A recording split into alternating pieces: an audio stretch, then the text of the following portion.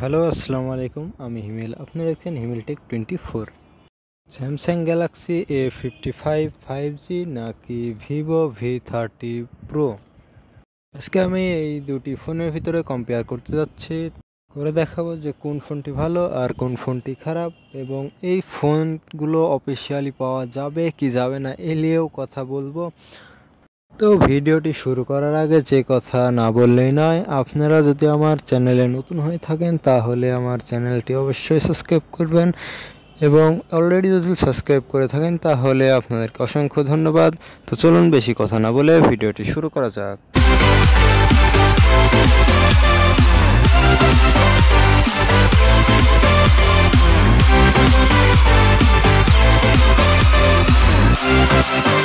সবার প্রথমে আমি যে ফোনটি নিয়ে কথা বলবো সেই ফোনটি হচ্ছে ভিভো V30 প্রো।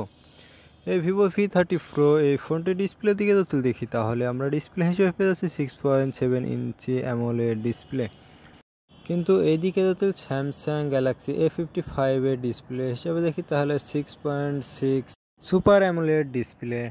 এই দুটার মধ্যে যদি ডিসপ্লের দিকে কম্পেয়ার করি তাহলে দেখতে পাচ্ছেন যে ভিভো এগিয়ে আছে স্যামসাংয়ের থেকে।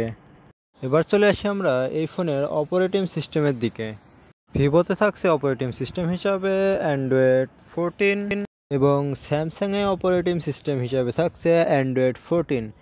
এই দুটার ভিতরে যদি কম্পেয়ার করতে চাই তাহলে অপারেটিং সিস্টেম দুটো এক।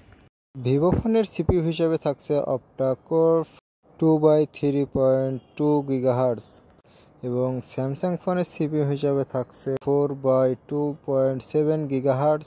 এবার আসা যাক এই ফোনের র্যাম সম্পর্কে। তো ভিভো ফোনের র্যাম হিসাবে থাকছে 8GB এবং 12GB র্যাম, এবং স্যামসাংয়ে থাকছে 6GB এবং 8GB র্যাম। চলুন এবার র্যামটা তো জানা হলো, এবার রোমটা জেনে আসি। ভিভো ফোনের র্যাম হিসাবে থাকছে যেটা 8GB ওইটা 256GB, আর যেটা 12GB র্যাম সেটা থাকছে 512GB। স্যামসাংয়ে যেটা 6GB র্যাম সেটাতে থাকছে 128GB রোম, এবং যেটাতে 8GB র্যাম সেটাতে থাকছে 256GB রোম।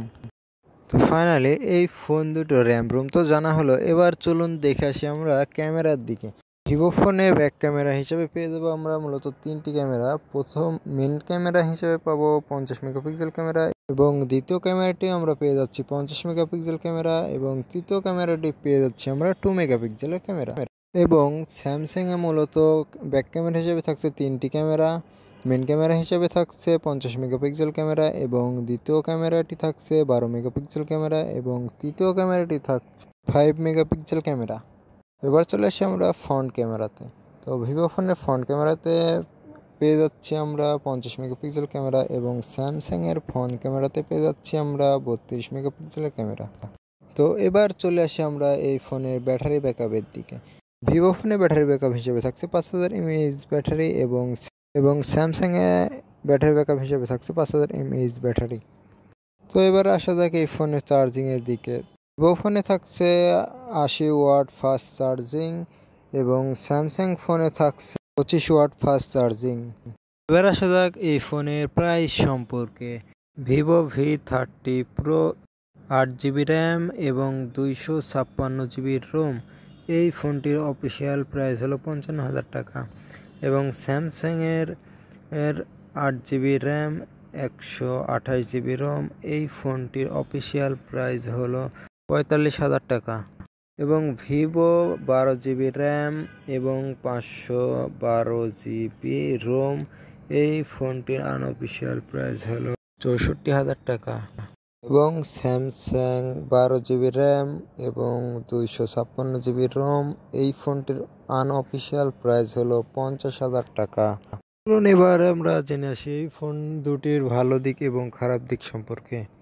এই ফোন দুটি অফিসিয়ালি পাওয়া যাবে এবং আনঅফিসিয়ালি পাওয়া যাবে, কিন্তু আপনারা যেটা দেখলেন এই ভিডিওতে যে স্যামসাং ফোনের দেখলেন যে ক্যামেরার দিকে একটু কম আছে, ইভেন্ট চার্জিংয়ের দিকে একটু কম, তারপরে আরও দেখলেন একটু ডিসপ্লের দিকে কম, আর সবচেয়ে তো আমার কাছে যেটা খারাপ লেগেছে এই ফোনটিতে, যেটা একে ওল্ড একটা ডিজাইনের ভিতরে একটু ইউনিক টাইপের যদি আনা যেত তাহলে আমার কাছে অনেক ভালো লাগতো।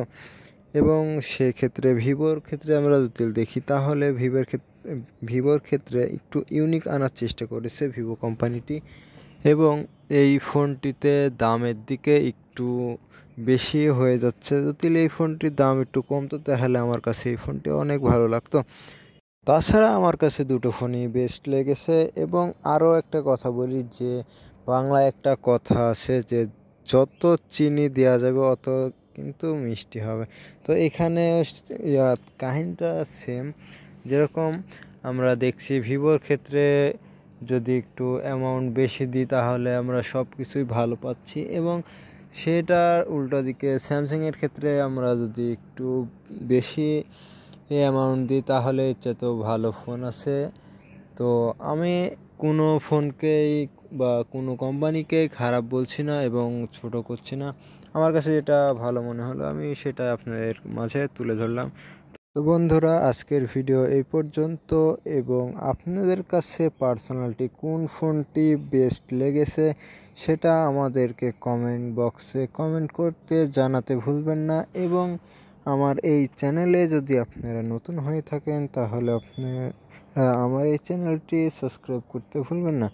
এবং আমার এই ভিডিও যদি ভালো লেগে থাকে তাহলে আপনাদের বন্ধুদের মাঝে শেয়ার করতে ভুলবেন না। Thank you for watching video.